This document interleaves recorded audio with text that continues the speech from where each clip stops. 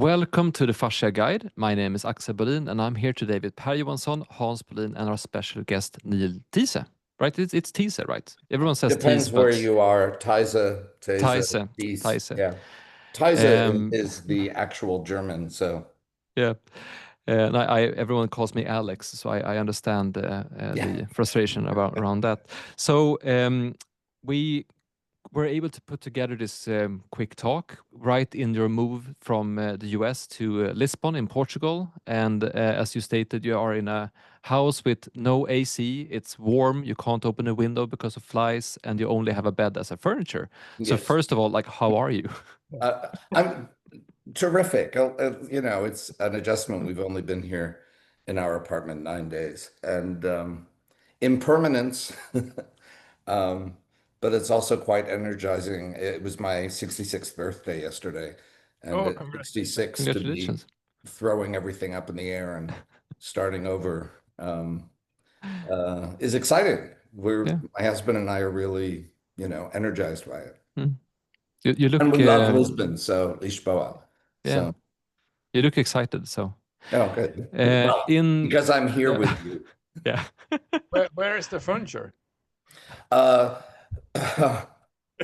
we just found out that it's still in a warehouse in New Jersey because the proper paperwork from Portugal had not been delivered. And so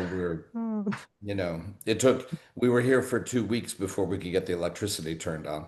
Uh, so this is what we're learning in Portugal is that everything you want will happen. You just can't determine when or how. Because everything has worked out. We've been at this for 4 months, the move, making the decision and moving and finding a home and everything. Mm. But you just lessons in patience. Yeah. Also good lessons to learn when you're in your 60s, finally. Definitely, definitely. So I'm really I've been looking forward to this conversation for a long time because I think the four of us have a lot of different ideas to discuss. I think we will have a lot of fun. I feel it already. But in 2 weeks' time, kind of exactly 2 weeks' time, you will be speaking at the Swedish Fascia Convention, the Living Body, in Uppsala in Sweden. Why did you say yes to this convention? I rarely say no. If people want to have conversation, why not have the conversation if I can afford the time or the money if it's required for me to go somewhere? Um, uh, I'm always up for it. Yeah. But looking at it so far, when you've had an idea of what the other speakers, the theme, the Oh, ideas, what we want to do, what do you think about it? Um, I'm excited because, some of the fascia people I know quite well, and we don't agree on everything. So that's always kind of fun. Um, and though we're friends, so, disagreement amongst friends can be entertaining. Um, but I've also been struggling for a few years now. My work where I come into the fascia community is through my group's definition and mapping out of the human interstitium anatomically, the work started in like 2015. The paper came out in 2018. And that's how Fascia World discovered us and how we, more importantly, discovered Fascia World, which we were not aware of. And their historic, inappropriate reasons for why the medical community has sort of divided and pushed, in part, some of, Fascia World's interests to the side, whether they be because of, tension historically between allopathic medicine and osteopathic medicine in the United States and Europe, anatomical issues, philosophical issues, etc. But we realized we're all talking about the same thing. And so I've been involved from an anatomic point of view, which is my training as a pathologist. I'm called an anatomic pathologist because that's the scale at which we're looking at clinical specimens from people, biopsies, surgical resections. But I also do this complexity work, which says that there are many ways to view the body, and each view discloses things other views conceal. But every time you reach for something you want to see that your traditional view concealed, you'll give up something else. And this notion of complementarity, no one view contains everything. The complete understanding requires different perspectives that to some extent exclude each other. We're talking about looking at the body from a both and perspective rather than Either on. an either or perspective, right? And intuitively, people I speak to, and in my own heart, not so much my mind, I know these things are interconnected, but I've been struggling to find how one is the expression of the other. And I think this conference, from the conversations we've had, from the thinking I've been doing about it anyways, and particularly because of tension brought about with my group's recent proposal that the fascia is an organ system, not an organ, and can be defined in classical anatomical terms for audiences that need that. That's an important qualifier. Not for all audiences, but some audiences need an anatomical perspective. I'm starting to understand where they meet. And I think that when I said yes to this conference, I wasn't particularly seeing it as a meeting point of these ideas or a chance to explore them more deeply. But under the tension from these recent discussions and disagreements to some extent, I'm starting to see it more clearly. And so I'm excited about having the opportunity now in this conversation to explore what I mean, but also at the conference to see it in action in a community of people who are interested, see what conversations happen, what new insights arise, etc. No, it's interesting because what a lot of listeners to this conversation we're having right now are listeners of our podcast that we had in Sweden for almost 6 years now. Many episodes with me, Per, and Hans. And we have talked, it's called the Fascia Guide. So it's about fascia. But we've had conversations about thoughts and feelings, how they're affecting the body, about the human drive, about why you do certain types of research, about what a body actually is, about mental health, about visceral fascia, about, so it's a whole, everything can be fitted into fascia in the living body if you understand how it's actually alive and how it's. We had a conversation, Per, on a live event where we talked about the body being the place where we exist. And I think we said something like where we take place. Where we take place, even. Yeah. So I would like to, because I really understand your background, because when I first saw you speak, you were a liver pathologist who just discovered fascia. That was in Berlin in 2018. No, discovered interstitium. Yeah. And I remember Jean-Claude Guimberteau saying in a comment afterwards, "Welcome to the fascia world. Finally, you're here." Something wonderfully arrogant and kind, as he's both arrogant and kind at the same time, which is wonderful. But then yes, exactly. But then I also saw a video with you explaining the human body as ants, and the self-regenerating systems. And so we would love to have a conversation with you about those things as well. I mean, the complexities of the wider scope, because you will be talking about things at the conference. You can probably listen to other conversations with you about the fascia stuff, the interstitium stuff. But it would be interesting to have a conversation about your insights and your beliefs. How can you be a liver pathologist and fascia and complexity? I mean, the book Notes of Complexity that you released, was it a year ago, 1.5 years ago? 2 years, just 2 years ago, yeah. Feels like yesterday. But that's not the book. That's a different kind of subject, but it's also the same. So we'd love to hear more about your your ideas, your journey. So, one thing I want to respond to is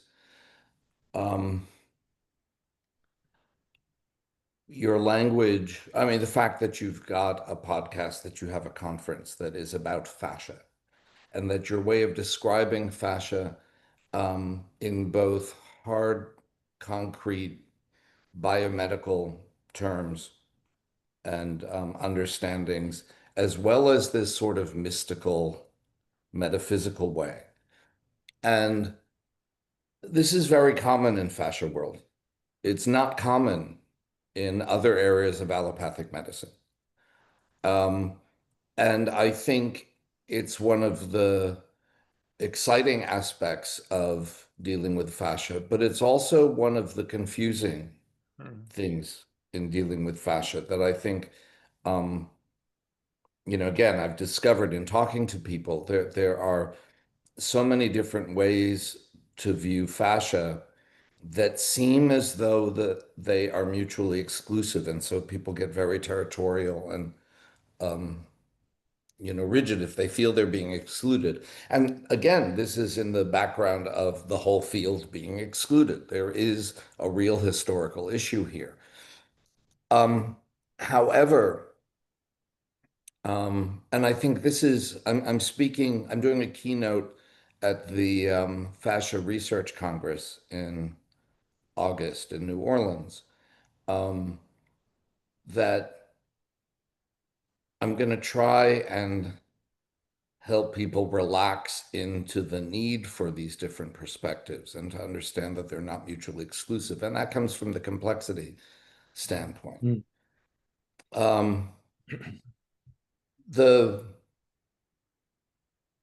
I dive in with the complexity view? Yeah. Try and do it. Yeah, why not? And then we can see how it applies in different ways. So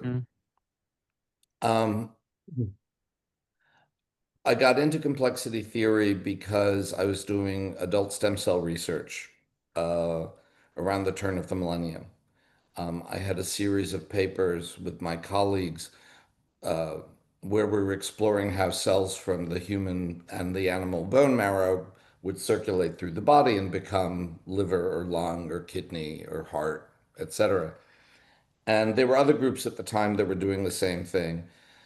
Ours was the first group in 2001 that actually showed that at the single cell level, it's not that the bone marrow contained stem cells for all these other tissues and organs, it's that a bone marrow stem cell itself, a hematopoietic stem cell that could give rise to all the elements of the blood, could also do all these other things.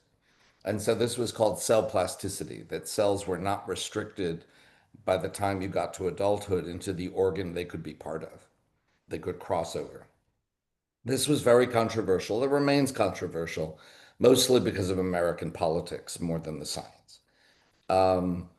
For those of you who were adults and aware of the junction between American politics and American science, George Bush gave an address to the nation saying we can do everything we need to do with adult stem cells so we don't have to do embryonic stem cell research, and therefore we don't have to kill embryos. This was all about the American anti-abortion politics.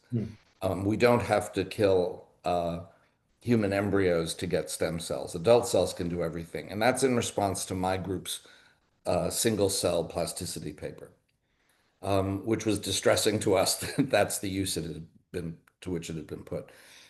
Because of that, I wound up in a collaborative project with an artist named Jane Prophet in the UK. And it was funded by the Wellcome Trust, organized by a mutual friend of ours, basically so we could meet each other. He just wanted us to meet. To have an artist and a scientist talk to each other and record the conversation so we could see how cross-disciplinary conversations could happen in the hopes that something creative would come of it. We might have failed, but it turned out it was a very fruitful conversation that led to lots of different projects. But in it, I was talking about how I viewed stem cells moving around the body.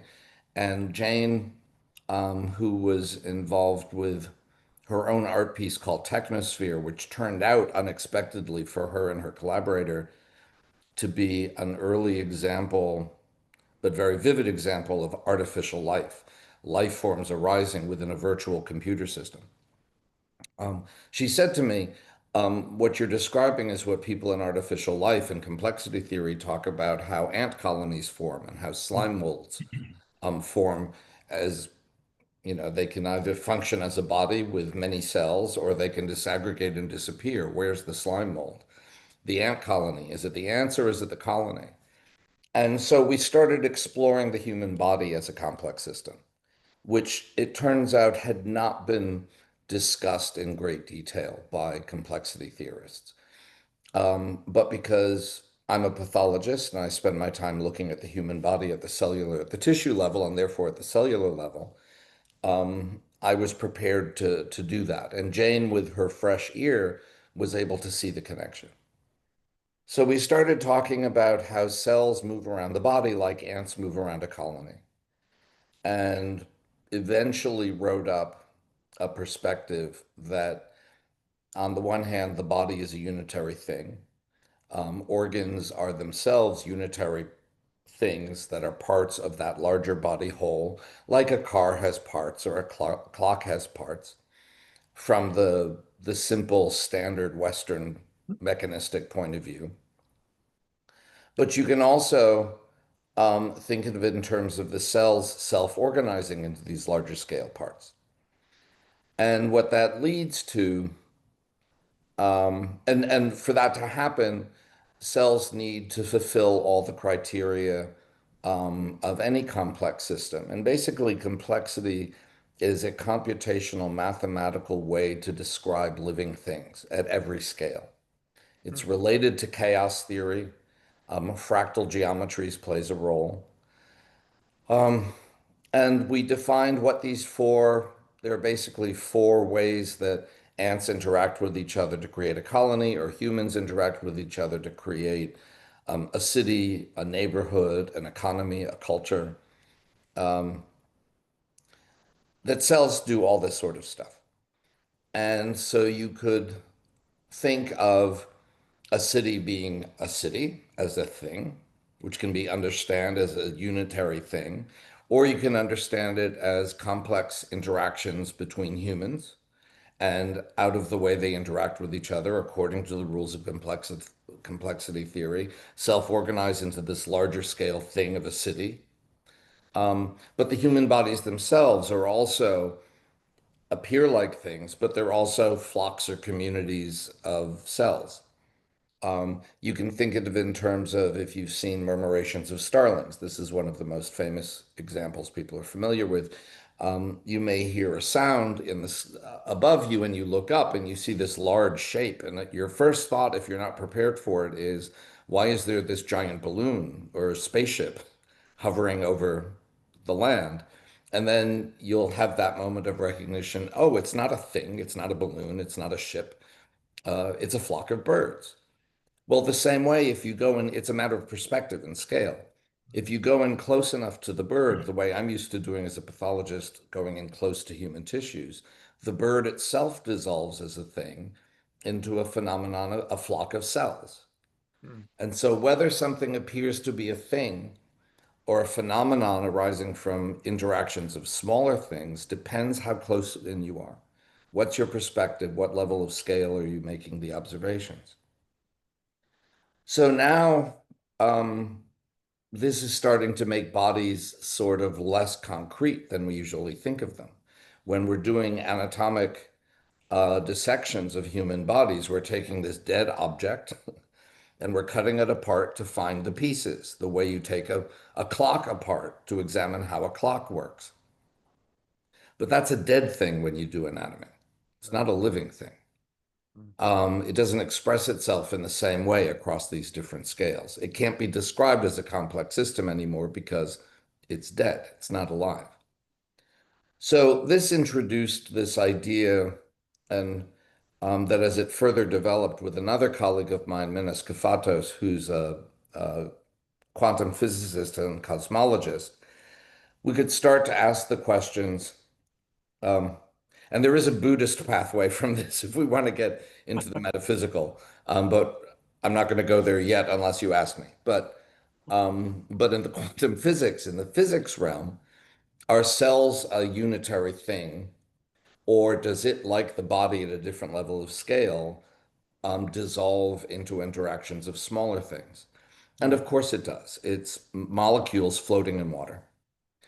And part of the one of the rules of complexity is that the interactions between objects has to have a low level of randomness in the system. Too much randomness and you don't get self into organization into a recognizable structure. Too little, the organization can't change if the environment around it changes. And so you need a little bit of unpredictability in the way the interactions happen.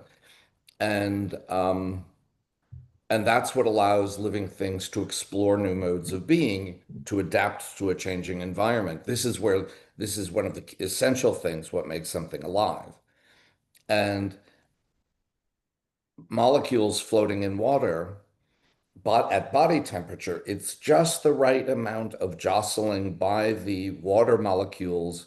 I'm sorry, I'm going to say Fahrenheit, 98.6 degrees. What's normal temperature for a human 37 body? Celsius.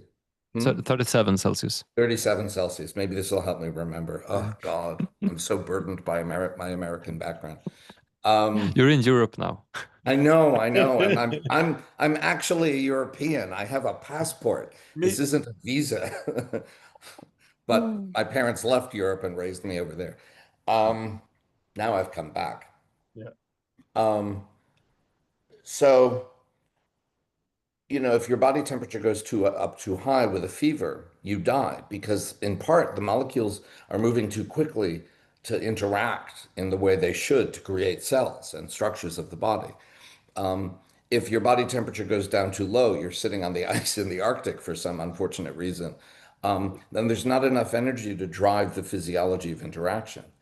So body temperature itself, molecules floating in water at a certain kinetic energy, a certain body temperature, show you that the body is actually a fluid in which molecules are floating around. Cells have ceased to exist. And this becomes important, particularly from fascia world perspective.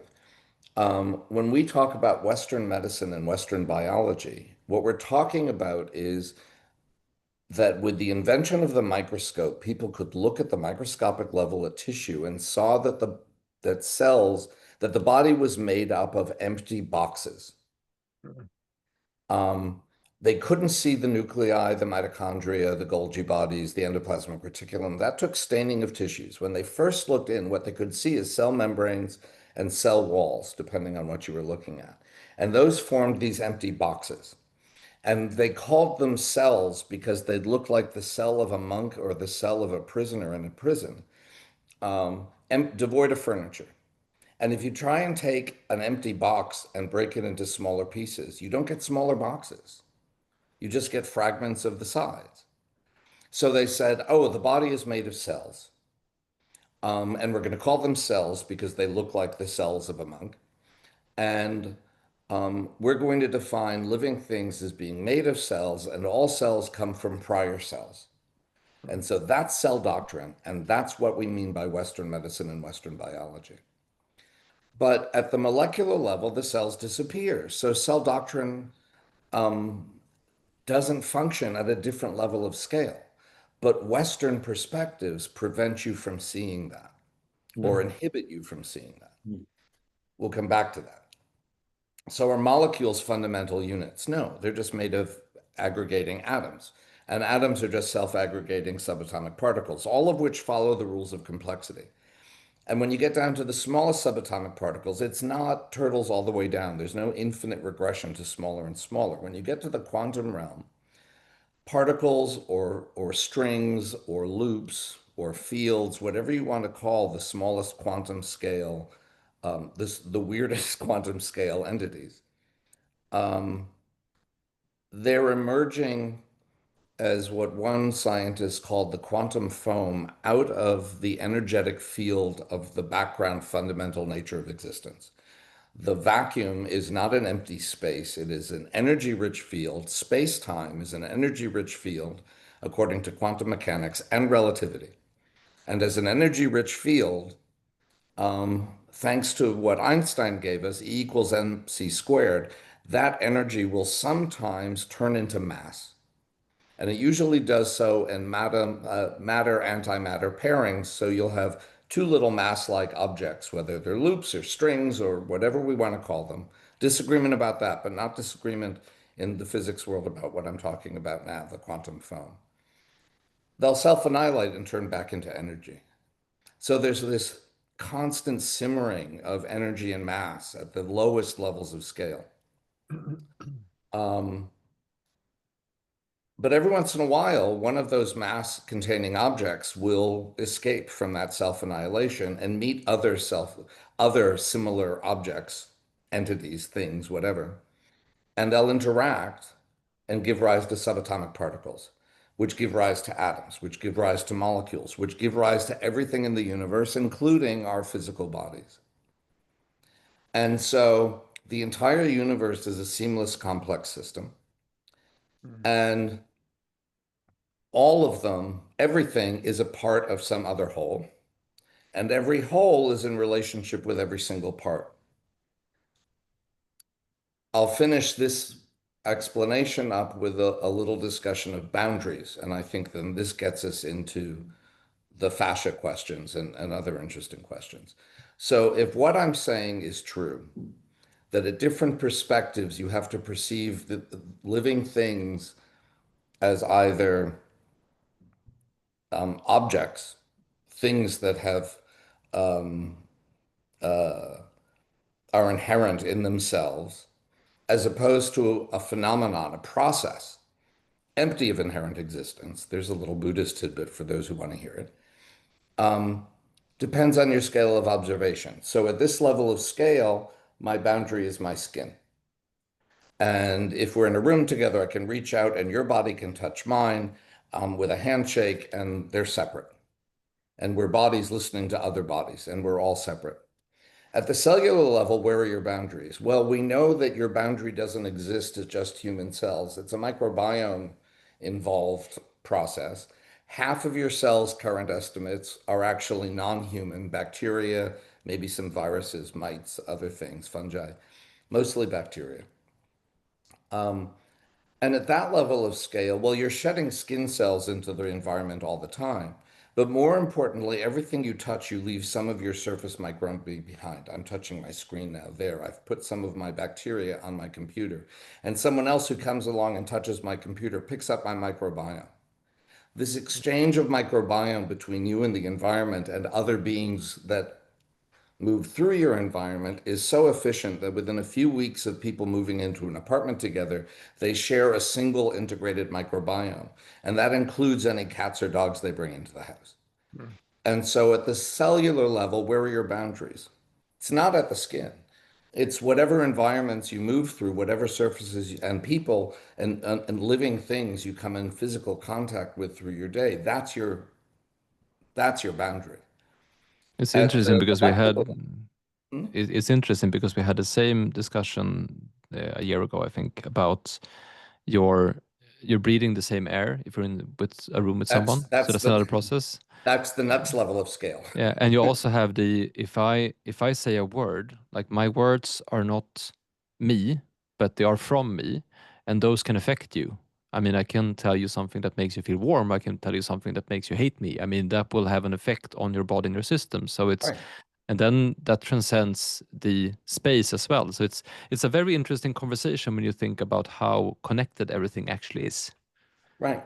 And the thing is, so if you go down, it's easy to present people with those examples, but there's actually kind of something you could write as an equation. The smaller down in scale of observation you go, the wider the boundaries get. So at the biomolecular level, exactly what you said, I'm breathing out, the simplest example is I breathe out carbon dioxide for the plant mass of the planet. It breathes out oxygen for the non-plant biomass of the planet.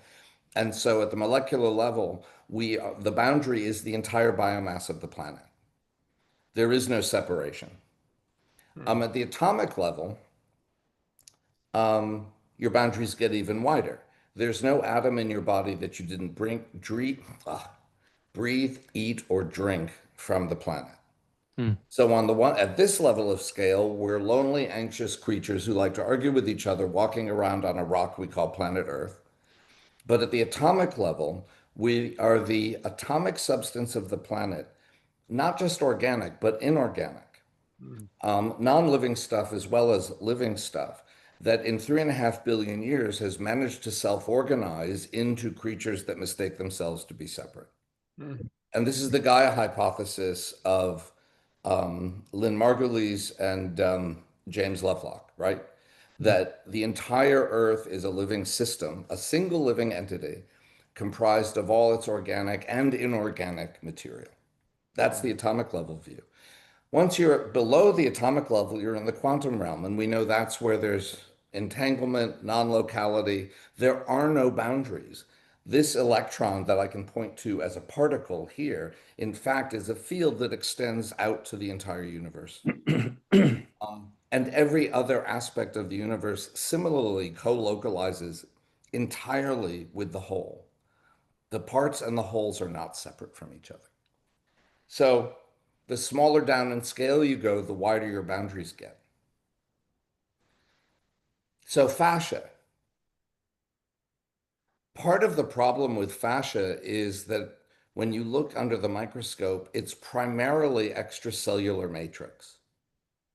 It's the stuff that doesn't fit cell doctrine. It's the stuff that, and modern understanding of anatomic structures is also based on cell doctrine, because if we think of the body as machines, then the parts that make the parts are the cells. And the stuff between the cells are nothing more than the glue that sticks the parts together. And so when you do an anatomic dissection, this is a common statement in fascia world, and it's true. When I was in medical school, what did we do? We pulled away the connective tissue and threw it in a bucket. Because who cares about that? We want to get at the organs, and then we want to get at the cells. And to get at cells, you digest the extracellular matrix so you can pull the cells apart so they're isolated little things. So it's discarded. That makes sense from the level of scale of cell doctrine, because it's not cells.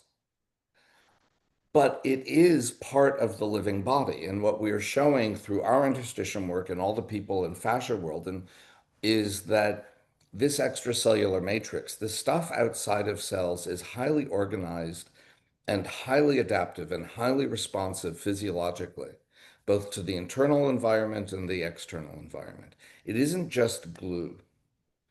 If you digest away the cells of any organ or of any human body, there are publishers, this has been well published in the scientific literature. If you digest away the cells, what you have is what looks like a very pale, complete body. Because the form doesn't arise from the cells. The form arises from the the extracellular matrix, the fascia and the interstitial fluids that organize those cells. The fascia, everywhere you look, is comprised of mostly collagen, not only collagen. There are other things like elastin fibers, fibrillins, etc. But collagen, type 3 collagen particularly, are the major thing that comprise this structure. And when we look at it under the microscope, the reason this was missed is, and it's sort of like a girdered structure, which fascia people know from, they can feel it. What Jean-Claude Guimberteau shows you is when he goes into the tissue with the microscope, inflates with air, which is a very important artifact he's introducing in that we'll come back to maybe. Because he's not looking at the normal body either. He's impacted it in a very specific way. But what he reveals is that the collagens form this very dynamic, movable network of collagens and other large biomolecules. We were injecting fluorescein dye that comes in through the fluid of the body that's passing between these structures. So the interstitial spaces between those large-scale collagen bundles which are called fascia, we're looking at the fluid between them and saying, wait, there's an interstitium here. There are other interstitia that are outside the fascia. There are smaller ones that go smaller and smaller in scale, but they all have collagen floating in them, even if it's just single molecules. So there's this interrelationship through the body of fairly stiff, rigid biomolecules like collagen and fluid containing structures that are mainly filled with hyaluronic acid, which has a tremendous capacity as a large molecular network to hold water like a sponge. And the dynamics, the structural dynamics between these stiffer structures and these more viscous fluid structures is what brings all the cells in the body into communication with all the other cells of the entire body. But it's not a cell, it's not large. There are cells within this, but the overwhelming volume of the system is non-cellular. So you can't describe it in terms of cell doctrine. You have to describe it in terms of a different perspective, a different level of scale. And in this case, what's very useful, not the only useful way, but one that is very useful, is the molecular level of scale. It's primary biomolecules that have self-organized into these structures in water in body temperature, at normal body temperature. And so fascia reveals itself when you get beyond anatomy, when you get beyond cell structure. It's revealed as the fluid molecular interplay through the body. And every cell in the body is intimately connected to that through its own molecules. So this is the view of the body at the molecular level. And when you examine it this way, the cell disappears. In fact, when you examine it this way, the body as a thing disappears.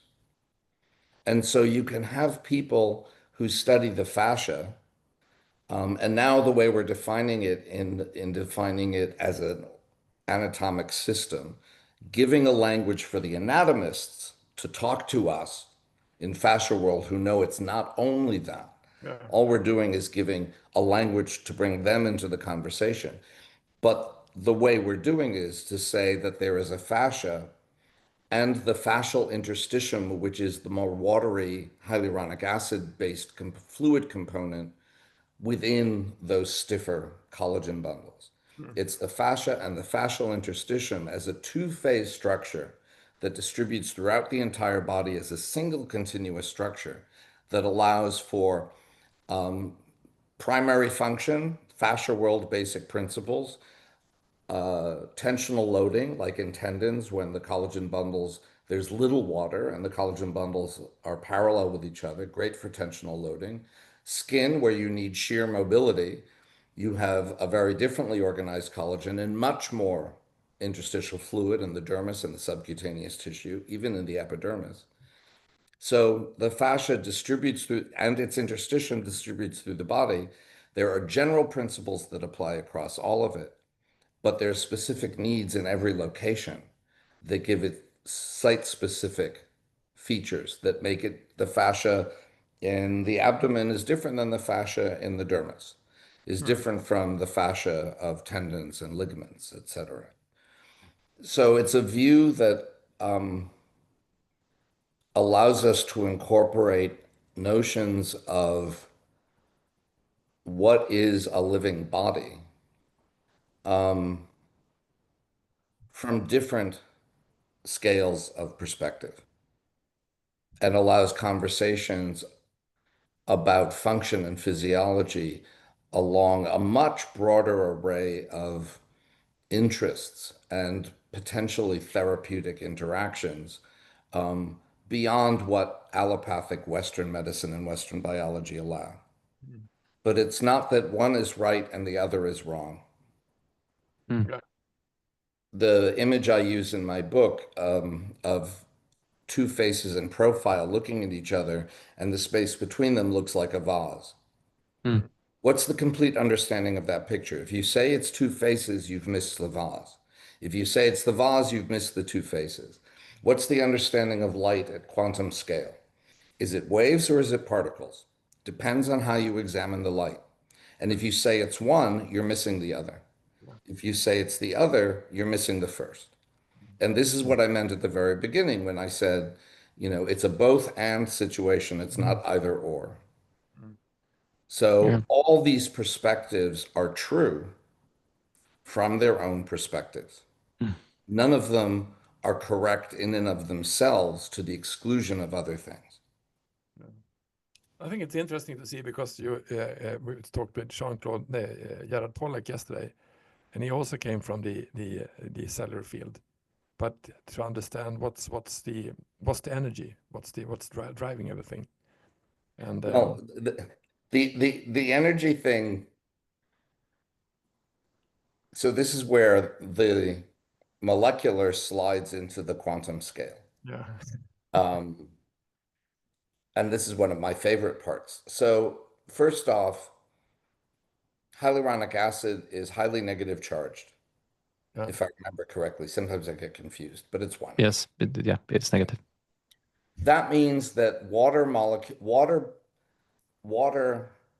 can bind to it through the charged pole of the oxygen atom, the structure of water, can be sticky.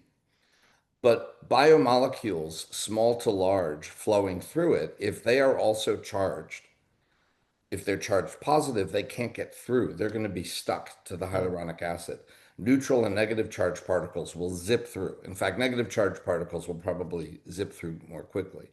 Therefore, you have flow of ions, which means you have an electrical current.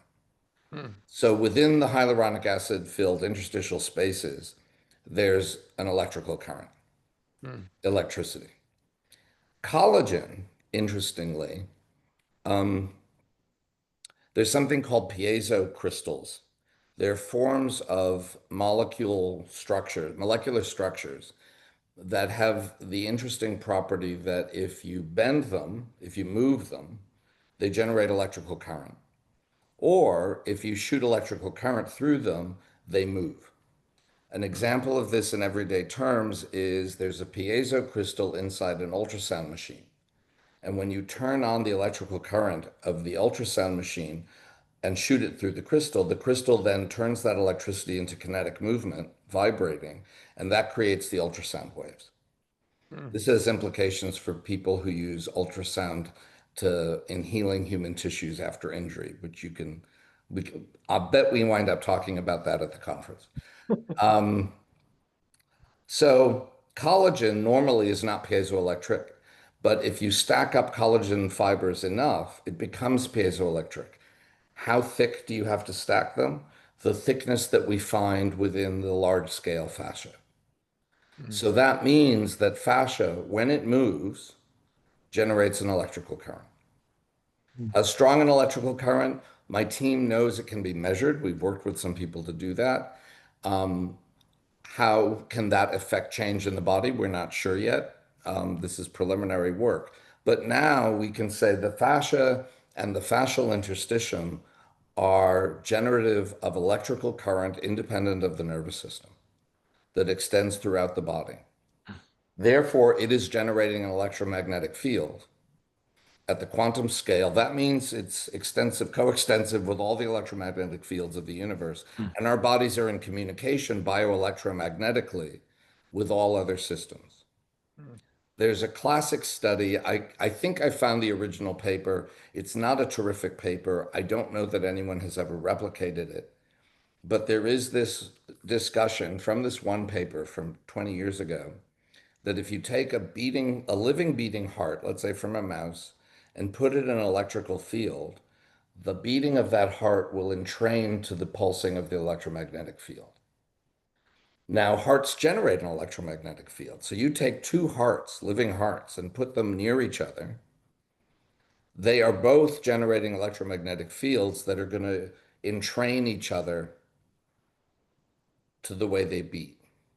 How sensitive are they? What's said is that within 10 or 12 feet, one heart can generate and entrain to another heart. So what happens when two people are living together for 40 years, sleeping together 6, 8 hours a night with their hearts within 1 foot of each other. Are you two or are you one? Mhm. At the electromagnetic level, you're a single living system. You're not two separate systems. We tried to do a guy we met. We tried to do needles. If you put an acupuncture needle in one person, it will affect the other one. If you're it's like me and my wife did it. It was the same. So you can took the needle in me or my wife. It was the same effect. And if you look at the work of Mike Levin, who studies living bodies as electromagnetic systems, you can affect the electromagnetic system in one limb and you get the effect in the opposite limb. And this is very hard. I mean, he very well may win a Nobel Prize for the stuff he's doing, but the non-locality of effects on the body at scales beyond or beneath, depending on how you look at it, the mechanical scale is profound. If you're a practitioner, a body worker of any kind, and you're coming into a room with a patient, you are already merging into a single system with that patient as you come down the hall and enter the room, let alone when you begin to approach the body from a mechanical, physical perspective. You So, know, what we have discovered in that same theme is that because we have a lot of treatment clinics all around of Sweden, and we also have an extended network of therapists working with that we have trained and so on.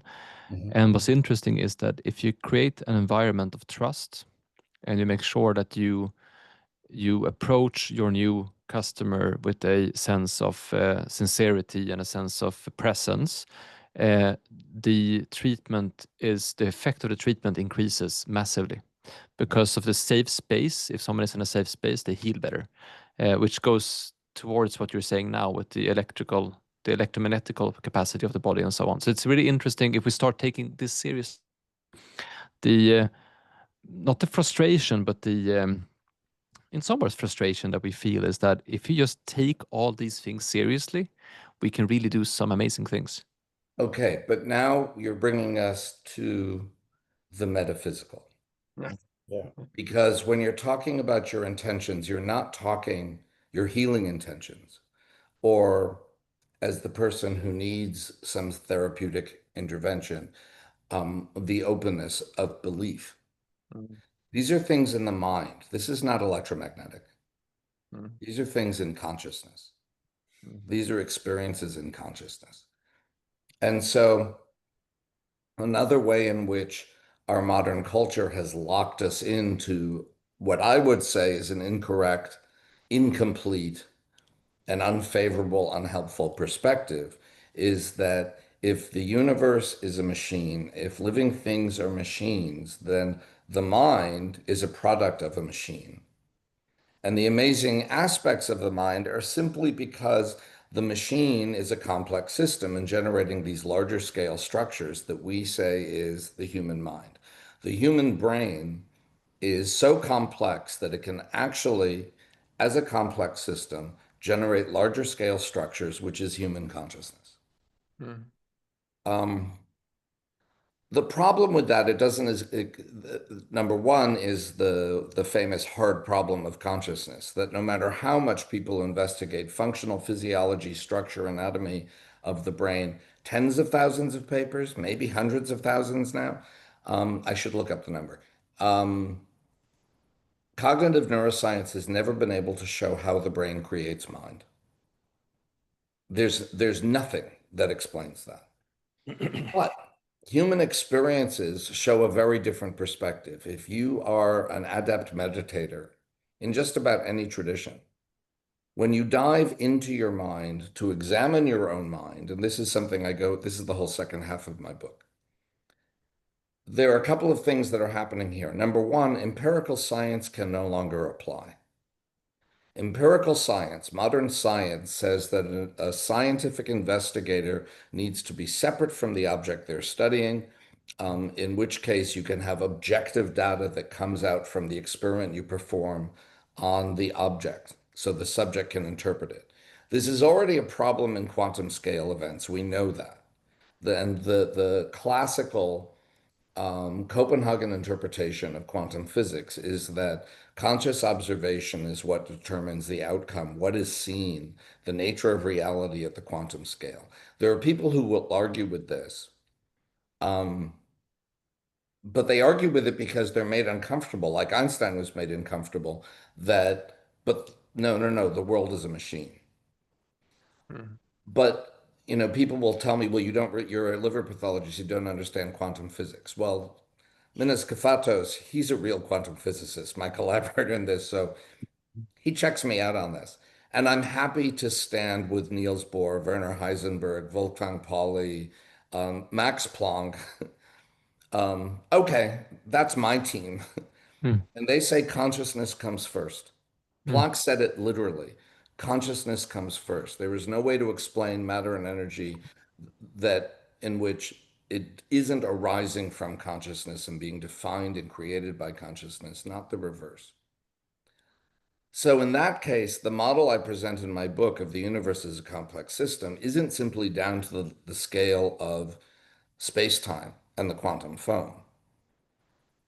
Underneath that, around that, above that, whatever perspective you want, is a universal consciousness. And the function of our brains is not to create your mind, but to sample that universal consciousness. The radio samples infinite radio waves.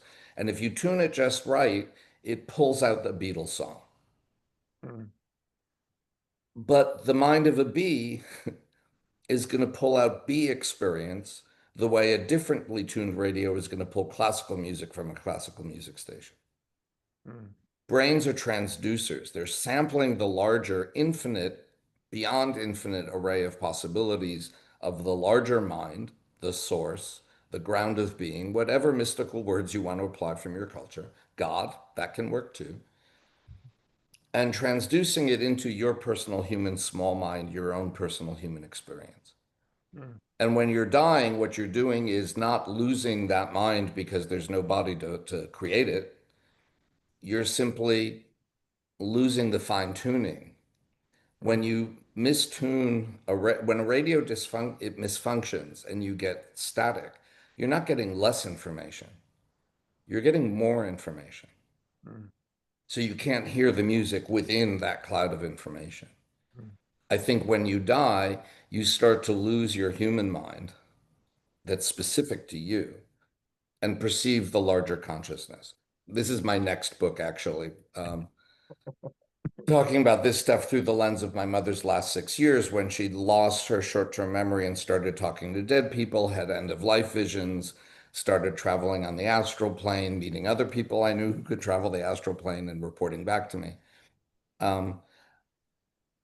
So we have to include consciousness, mind in this. And so when you're talking about the intentions of the healer, the intentions, the beliefs of the person receiving some sort of practice, it's happening at that level of scale. A level of scale that can't be defined by distance or time. It's not infinite. It's not eternal because time and space don't exist at that level. And all things are completely intimate and expressions of exactly the same source, the same large M mind, big C consciousness. I think it was interesting when I talk about infinite and the universe. When I was in contact with the guys who was in the electric universe, and the universe actually looks like fascia. So, yeah, but this is to me, sure, but everything looks like everything because everything is fractal. It is the nature of fractal systems and chaotic systems and fractals extend just as complex systems do, define the universe. The primary feature of fractals that they are self-similar across scales. So you look at a tree trunk and then it branches into two limbs, and they branch into branches, and they branch into branches. If you go in close enough, each one looks like a tiny little trunk, smaller and smaller and smaller. The branching and structures are the same across scales. The structure of the universe is the same across scales. Complex systems exist mathematically where perfect order meets chaotic fractal systems. And so complex systems are by their nature self-similar across scales.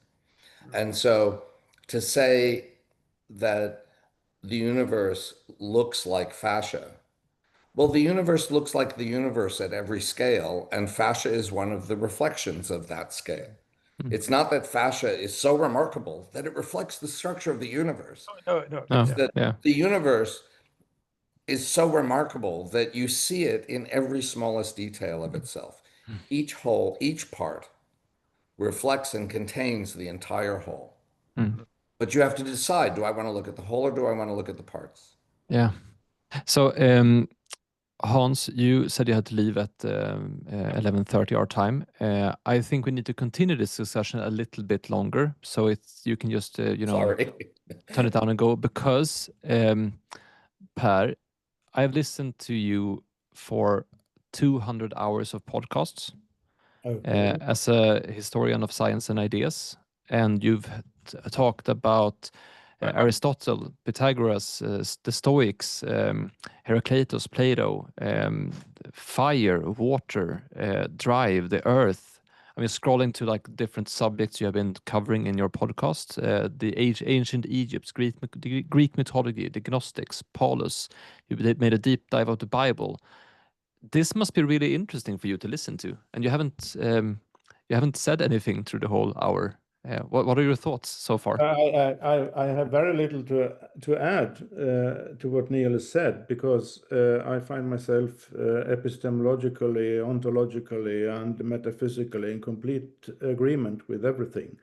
So, which is a very good basis for some adventurous conversations, I think.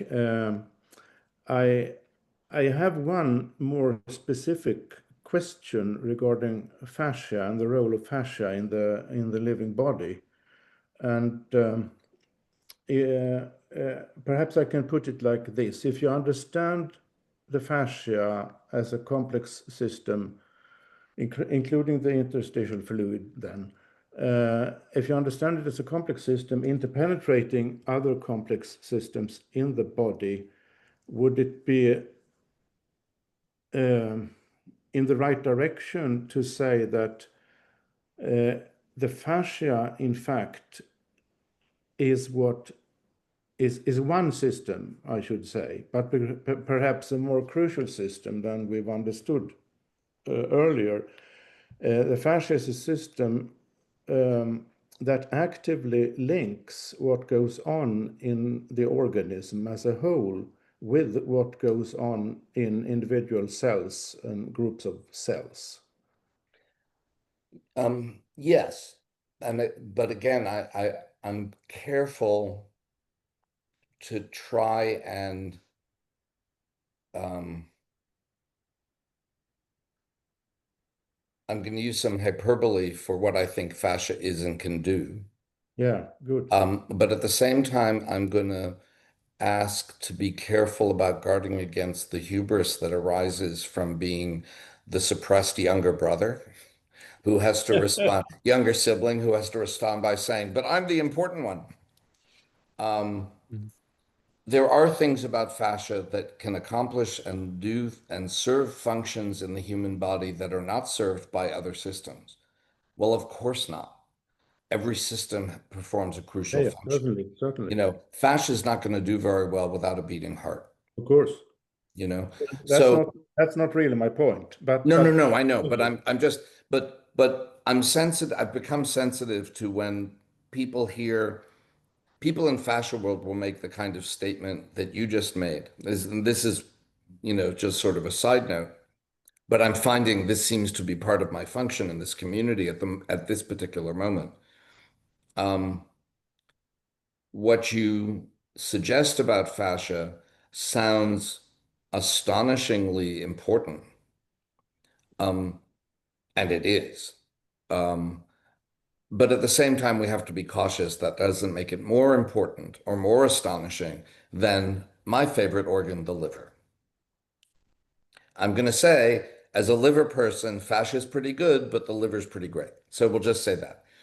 But what I think the fascia does, the definition we give, because contemporary anatomy requires a primary function for an organ. The heart pumps blood. We know it does many other things, but it requires one thing. So we chose the simplest mechanical aspect of fascia for that definition: tensional loading and shear mobility. But it's also a communication network, as we've already described in bits and pieces. It's a communication network at the electromagnetic level. It's a communication network at the small molecule level. Look at glucose monitoring, interstitial fluid monitoring glucose, whatever the things are called. My husband's a type 1 diabetic. He lives on the small scale sampling of glucose as it flows through his insulin, through his interstitial fluid, to monitor the entire body. So there's communication at the small molecular level. There's communication at the large molecular level. Cytokines and growth factors are probably being actively modulated by the size and charge structures of the hyaluronic acid through which they're passing. Cells move through here. Tumor cells in disease, microbiome signaling is probably happening through these systems. Infection certainly spreads through these systems. And then there's the large scale mechanical stuff going on of just like, that an orthopedist deals with. The body has body-wide communication networks already. It has the nervous system and it has the cardiovascular system. But neither of those communicates at every level of scale. Only the fascia and its interstitium serve as a communication network across every level of scale. That's the reason, one reason for my question. But beneath this more specific question lies the problem of, as you have yourself described, by means of complexity theory, you can describe mathematically the self-similarity across scales. But if I focus and try to understand, or in some way, at least intuitively, but I think it could be done much more scientifically as well. If I try to grasp the actual living body and think in terms of perspectives, I can say, as you did, that depending on what scale you focus on, you get a different perspective. And you can, and a different body as a result. Yes, exactly. Yeah. And you can also learn how to shift perspective without getting confused and without thinking in terms of contradictions epistemologically. So I'm completely in line with that. The problem I see, which I think quite few people really address, and this is one reason why I became interested in fascia and asked you the questions I did just now. I think we need a much more thorough, detailed understanding of these kinds of systems which function as a kind of, how shall I put it, connectors between levels in the living organism. Which fascia is one, as you said, there are others. And I think what is not studied enough and not comprehended enough is actually those kinds of functions. I completely agree with you. So how would you say, which possibilities do you see scientifically in addressing that kind of question? Because it means that you cannot conduct research in those terms within the existing academic structures very easily. Start with. And this is kind of what I meant when I said that the Western perspective, whatever the idea that the dominant metaphor for the universe and for living things is machines, that parts give rise to wholes in a predictable fashion. that things exist in hierarchies rather than holarchies, a term coined by Arthur Koestler. A holarchy is comprised of holons, which are parts that are, each part is equivalent to the whole. And what can you possibly mean by that? But we've gotten comfortable thinking what we mean by that at the quantum level, where we have non-locality and entanglement. What we're not comfortable with is understanding that that exists at levels of scale up to the everyday. The word we used for this, as I said earlier, was complementarity. Niels Bohr applied the term complementarity to light and the duality of light being both waves or particles, depending on how you experiment or examine it. He felt that complementarity was a universal principle across all scales, not just a quantum level phenomenon. He believed this so strongly that he used the yin-yang symbol as a representation of the principle of complementarity, put it in his coat of arms, and actually it's on his tombstone where he's buried. Yeah. It's that fundamental. But the modern mind in our culture is not prepared to understand complementarities. Especially not as it's not a static concept. Right. No. And, I could also bring in Lord Alfred Whitehead. Everything is process. There is no thing in the world. It's all just process. Yes. Our funding systems are built on what classical Western medicine and Western biology. Biomedical funding systems are built on cell doctrine and anatomy. As long as you reify those as special, you're going to miss stuff. And this will be part of your lecture, Per, that you would hold on the conference. Yes, some of I haven't prepared any lecture yet, so in one way or another, probably. That we have efforts in this direction in the US. However, I have a feeling these are degrading at a rapid rate. Yeah. NIH's Integrative and Complementary Medicine Division, run by Hélène Langevin, who's well known in the fascia world, studies acupuncture in part herself. I don't know what the state of her institute is at this point, but she's definitely, and she was an important advisor on this whole article, fascia as a system thing.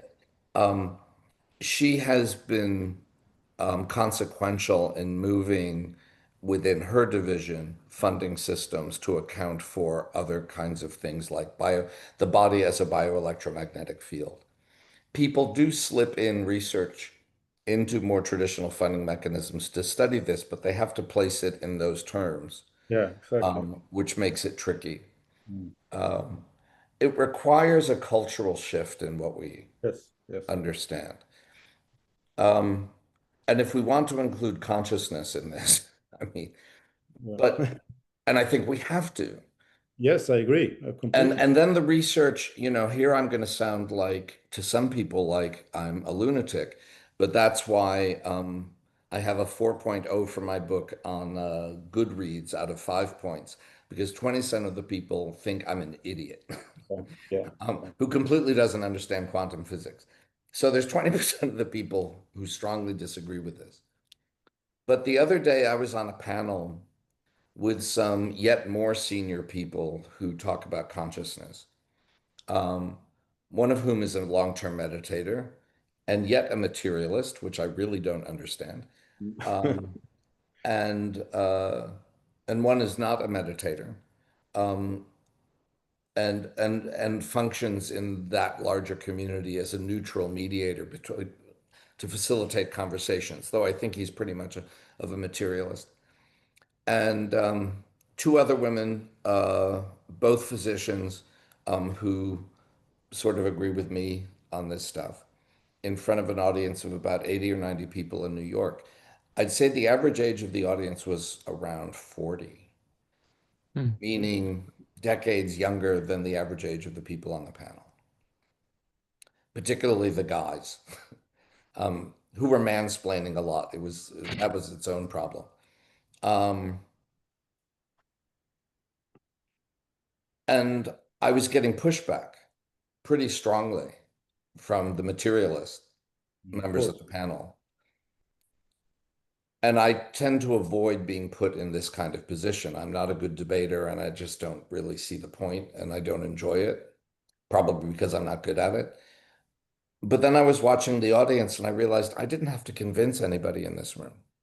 I don't think it's a matter of debate, really. It's a No, and the younger Do generation, you have the insight or not? Either you have, Right. either you're directed in a proper direction, so to speak, in And your life or not. yeah, and I think people in, if I may be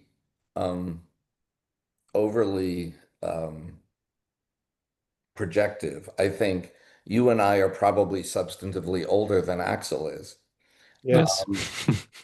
And people in Axel's generation don't need to be convinced of this because this is their intuition. Yeah. They're growing up in where they've seen the culture that prizes these views as having failed. Mm. And so they're already open to, well, what are the alternatives that make more sense? Yeah, and we also I seen convinced the world people in that change room, around they us. were nodding. Yeah. They were nodding along with me. And I think a lot of my generation and especially younger generations, because we've seen so many fundamental changes. I mean, the world has fundamentally changed in all aspects of the world in 20 years because of the internet. I mean, there are ways of living now that are completely different. So we've been witnessing that change. And then when you witness that change, you see that change can happen and such radical change. And I think that can create hope. And I also think there's a sense of hopelessness in parts of my generation as well, because the future is not what it used to be. Right. No, that's why we moved to Lisbon. That's a separate. The future we imagined for ourselves in New York already has ceased to exist. But I have to, because we kind of need to wrap up. But I have two things that I intuitively wanted to bring up. The first one was when you talked about what system is the most important one, etc., not being the little brother wanting to step up and so on. Everyone knows the first Corinthians 13 that you do in weddings. About love and the power of love and everything. But I personally really like number 12. I'm actually Jewish, so I don't know that. Okay. No, but it's about, I just think it's such a wonderful term, because it says that the body is one, but have many members, and all the members of that body, being many, are one body. Yeah. But if the foot shall say, because I'm not the hand, I'm not of the body, is it therefore not of the body? And if the ear shall say, because I'm not the eye, I'm not of the body, is it therefore not of the body? And if the whole body were eye, where were the hearing? If the whole body were hearing, where were the smelling? And if it all was one member, where are the body? But now there are many members, yet one body. And I think that's such a beautiful way of describing how everyone is important and everything is important. We have different parts to play. It says that some are healers, some are prophets, some are apostles, some are teachers, some are working miracles, but are all doing all these things? No. Some are liver pathologists. Yeah, some are liver pathologists. Some are human ecologists. Some are podcasters. So I think the hierarchy of importance is a charade or a false idea. And that's because the word hierarchy, which only humans, primates, and canines, as far as I knew, really, it's not a useful way of organizing an understanding of the world. Yeah. And then I wanted to end on something that's very practical, because that's one of our things is that we take these complex things or we take these cases or we take these ideas and we make it into something that you can actually do in your life, so it's actionable. What we did when we did the document The Living Body, we talked about the fundamental principles of life. For example, that all that lives has a flow. So flow is very center for life, or that the life you're leading directly affects your structure and your flow. So more flow brings you more life, basically. It's a way of the things that make you feel alive actually is good for you. Body-wise as well. But then me and Per has been discussing other fundamental principles about life. For example, that by overcoming obstacles, you are stronger. You become stronger, because that's true of the immune system. That's true in nature. That's true in spirit. That's true. So I like those things that are true on many different levels. Another thing is that if you I had one. It's painful to grow. And I have a 7-month old son at home. It's painful to grow, I can tell you. It really hurts when you get your teeth. It really hurts when you grow, and it can And it hurt hurts to you to grow. watch it.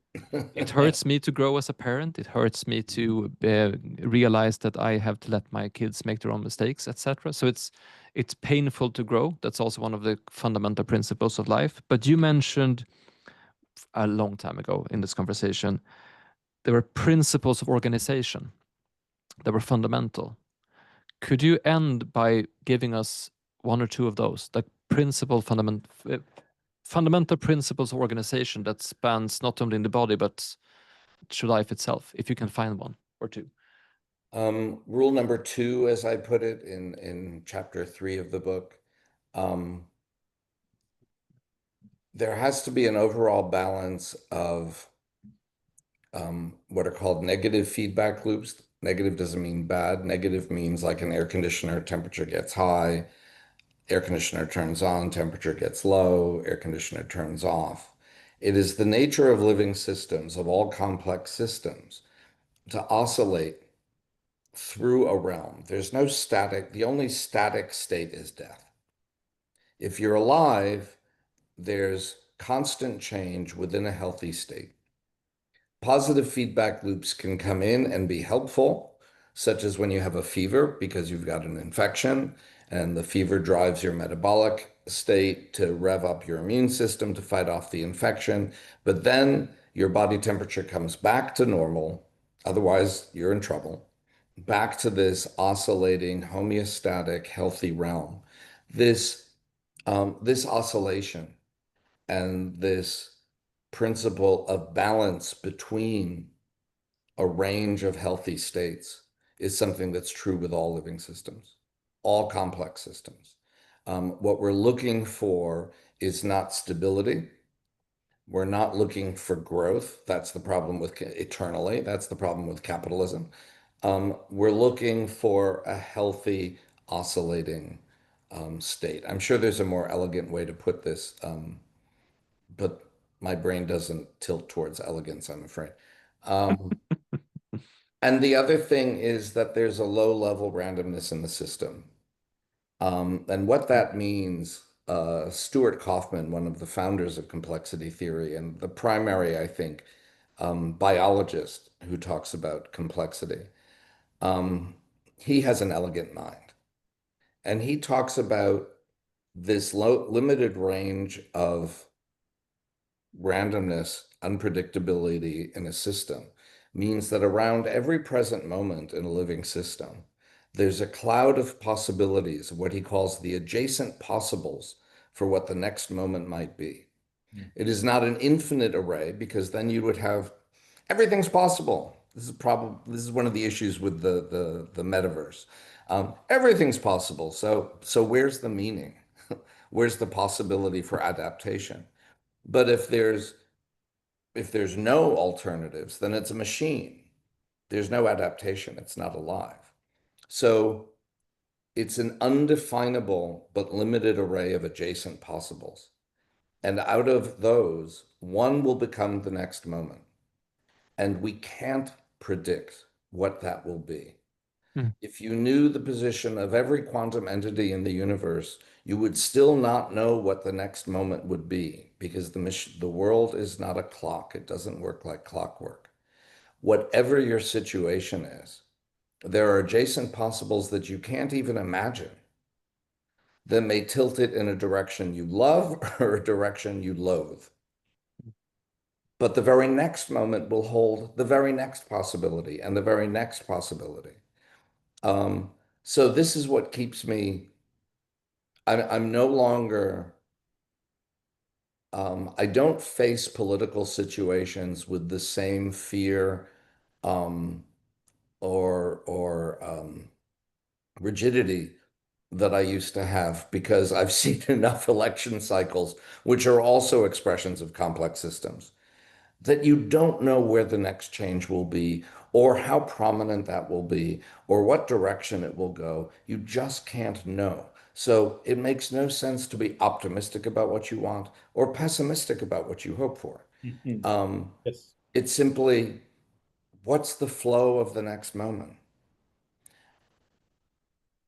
Be in the now, and you'll see what the next moment is. The central thing my mother said to me, that's the central thing of the book I'm writing about her. She had lost her short-term memory, and she had been an anxious woman for much of her life. And I think this comes out of complexity theory, although she wouldn't have stated it that way. I said to her once, you know, you're even smiling when you sleep. How do you stay so happy now? Because she had not been like that most of her life. And she said, well, I no longer worry about the future, and I can't remember what just happened. So all I have is the now. And when you live in the now, you're happy. Wonderful. Yeah, that's nice. Yeah, that's a good note to end on. I thought so. Yeah, thank you so much for this conversation. Oh, sure. Thank you for Yeah. having me.